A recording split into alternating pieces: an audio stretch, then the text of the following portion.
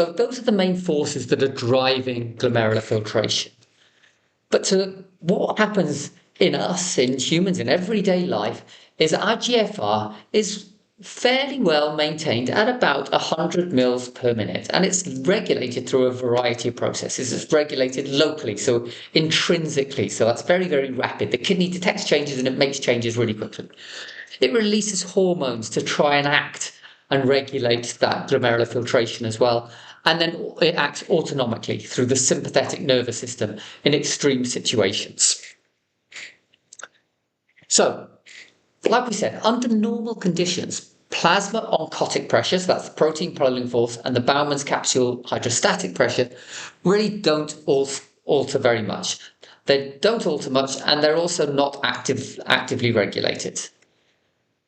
And that means the GFR can significantly alter in disease states where they are affected. Okay, as we've just said, we just talked about how we increased our Bowman's capsule pressure because of a ureter obstruction, or changes in oncotic pressure because of a drop in plasma proteins. So in those cases, you can get significant GFR changes because of some disease states. So in terms of control, the kidney mainly regulates the glomerular capillary hydrostatic pressure because that's the variable it can control. And that is how we try to maintain a fairly constant GFR of around about 100 mils per minute. Now, thinking about that, there are three main ways it's done. Okay, so we need to think about them, how they're working in those three ways. The first one is autoregulation. This is the intrinsic one that's specific to the kidneys. It helps to prevent day-to-day fluctuations in GFR despite changes in blood pressure. And it involves a couple of responses that we'll talk about in a second. One is called the myogenic response, which is myo for muscle, so smooth muscle. And the other one is tubuloglomerular feedback. And again, we'll talk about that. Those are autoregulation mechanisms that are intrinsic to the kidneys themselves. We then have hormonal regulation. That is primarily via the renin-angiotensin-aldosterone system. For example, angiotensin 2 preferentially constricts the efferent arteriole, and that helps to maintain GFR when perfusion drops. We'll talk about that in a second. And finally, you've got autonomic regulation, so part of the autonomic nervous system, and that's your sympathetic nervous system, and that's during stress, exercise, hemorrhage, all of those kinds of things, those kind of sympathetic activation stages, and that causes afferent arteriole constriction, which reduces GFR, and that helps to preserve circulating volume. So, and let's move on to these control mechanisms.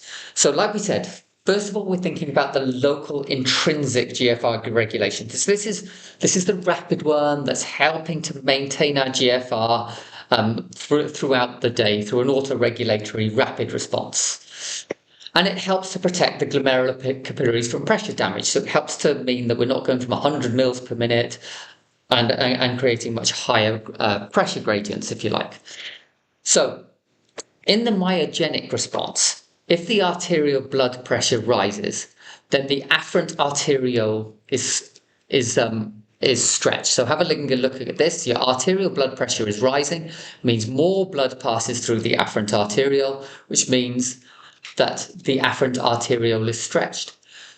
And to compensate for that, you've got mechanical or pressure-sensitive ion channels that are activated, and they trigger the smooth muscle in that very arteriole itself to actually automatically contract.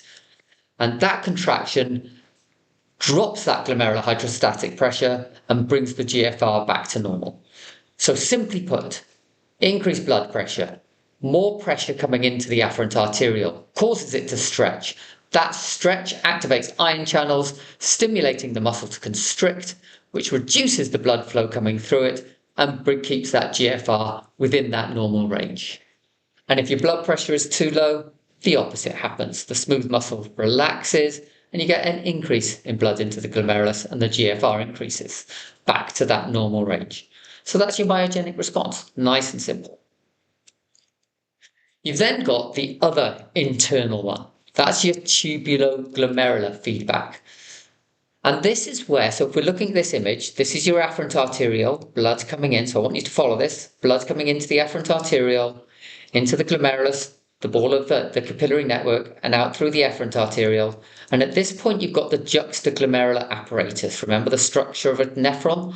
And this is where you've got the afferent arteriole, the efferent arteriole, the distal tubule, all communicating with each other. There are lots of different types of cells there which are detecting, measuring, and releasing things. And you've got some of the names are there, but you don't need to worry too much about them. And so if the GFR, for example, is too high, so more GFR, arterial blood pressure rises, that means more blood is passing through this system, through the tubular network and through the distal tubules. At the level of the distal tubules, that increased sodium is detected by cells in this apparatus, in this juxtaglomerular apparatus. That then, through a series of second messages, signals to the afferent arteriole to vasoconstrict, and by vasoconstricting, less blood comes through, and therefore the GFR drops and starts to return to normal.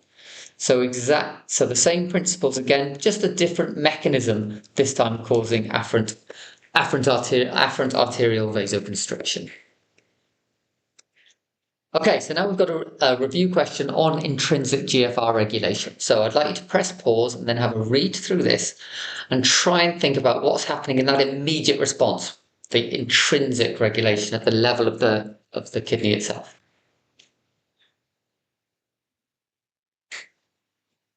Okay, so a 22-year-old woman faints briefly after standing in a hot, crowded room. During the episode, her arterial blood pressure falls, leading to a temporary reduction in renal perfusion and glomerular filtration rate. Which intrinsic renal response most directly helps restore the GFR back to normal, so 100 mils per minute, in this situation? Is it A, B, C, or D? Hopefully, you have said B, vasodilation of the afferent arteriole, because this will increase blood flow into the glomerulus, therefore raising glomerular capillary pressure and helping to restore GFR. This is part of the myogenic response. Okay, so that myogenic response is happening at this point. The JGA, so the tubuloglomerular feedback response, is slightly slower than the myogenic response, just for your information, but so B is the correct answer there. So the next part of regulation or autoregulation that we're thinking about is via the kidneys. Okay, this is slower than that first autoregulation mechanism we talked about. Okay, so this is all about the hormones. So, for example, if you have a fall in your arterial blood pressure, that reduces renal perfusion. So you've got less blood. If you've got a drop in blood pressure, less blood is coming through your afferent arteriole. That reduction in GFR leads to a decrease in sodium chloride delivery to the distal tubules. So very similar to the last mechanism we talked about. This change is detected in the juxtaglomerular apparatus, and at the juxtaglomerular apparatus, you've now got granular cells. These are stimulated and they cause the release of renin. So this is the hormonal regulation. Renin's a hormone and it's stimulating the renin-angiotensin-aldosterone system. And at this point, as renin is released, it primarily causes the efferent arteriole to vasoconstrict. It causes them both to constrict, but it causes the efferent to constrict more. Remember what's happened. A low level of blood coming through the afferent arteriole. But we've now got constriction of this, means less can lead. So there's an increase in pressure within the capillary network, within the glomerulus, which means the GFR can start to return to normal. What else does renin do? It stimulates the renin-angiotensin-aldosterone system. So aldosterone leading to sodium and water retention, angiotensin 2 causing vasoconstriction throughout the body. There are a variety of other processes that we've talked about previously. Remembering this is slower than autoregulation in the kidneys themselves, okay, because this is involving hormones which take time to pass through the body and have an effect. The final one we're going to think about is autonomic GFR regulation. So this is using the autonomic nervous system, and obviously it's the sympathetic nervous system. The parasympathetic nervous system doesn't innervate the kidneys. So important concepts. We're moving away from the intrinsic and hormonal control to autonomic control. The key idea here is that the kidney responds differently depending on how severe the blood loss or the volume loss is, because it's not always blood loss. So if there is a mild reductions in blood volume or pressure, the body tries to preserve GFR. So the dominant mechanisms are autoregulation and RAAS activation. And these act to maintain glomerular hydrostatic pressure. For example, as we've talked about, angiotensin II vasoconstricts the efferent arteriole, which helps to support GFR, even in that case of reduced perfusion. However, if you have severe hypovolemia, the body shifts from filtration to survival through the sympathetic nervous system. The kidney, in a severe hypovolemia, the kidneys don't really matter. What matters is that we're getting blood going to our brain, to our heart, and to our lungs to keep us alive. So what happens in severe hypovolemia is the sympathetic nervous system is now strongly activated. This causes the afferent arteriole to vasoconstrict. This reduces renal blood flow into the kidneys, into the glomerulus, and therefore the glomerular hydrostatic pressure drops, and therefore glomerular filtration rate also falls. So the key concept about this is that in mild hypovolemia, we try to preserve GFR. But in severe hypovolemia, we sacrifice GFR to protect circulation when we can and help to preserve life.